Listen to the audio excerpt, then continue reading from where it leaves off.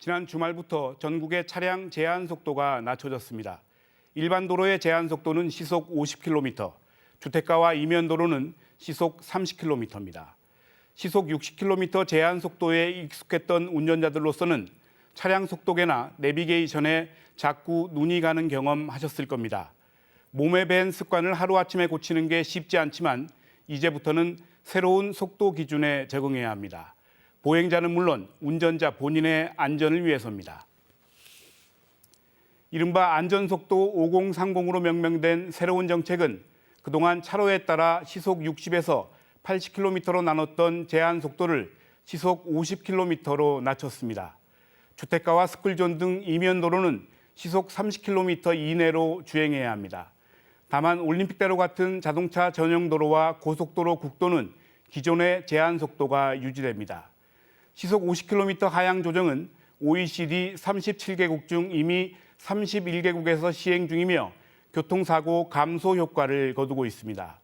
우리나라에서 시험 운행을 해본 결과 부산 영도구의 경우 교통사고 사망자 수가 37.5% 감소했고 서울 사대문 안에서는 교통사고 중상자 수가 30% 준 것으로 나타났습니다.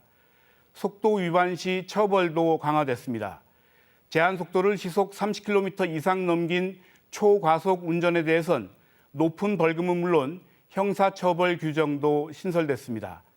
시속 80km 이상은 벌금 30만 원에 벌점 80점, 시속 100km를 넘으면 벌금 100만 원에 벌점 100점이 부과됩니다. 시속 100km 초과로 3번 이상 적발되면 면허 취소에 징역 1년 이하의 형사처벌을 받게 됩니다. 일각에서는 제한 속도를 낮추면 이동 시간이 길어지는 등 부작용을 우려합니다. 그래서 주행 실험을 해봤더니 13km에 2분이 증가할 정도로 큰 차이는 없었다고 합니다. 택시 요금도 8km에 100원, 1% 증가에 그쳤다는 게 정부의 설명입니다. 그러나 시행 초기인 만큼 적지 않은 혼선이 있을 수 있고 그런 부분은 차차 보완해야 할 것입니다. 속도를 줄이면 사람이 보인다는 말이 있습니다. 속도보다는 안전에 초점을 맞춘 새 속도 체계에 빠른 적응이 필요합니다. 뉴스 해설이었습니다.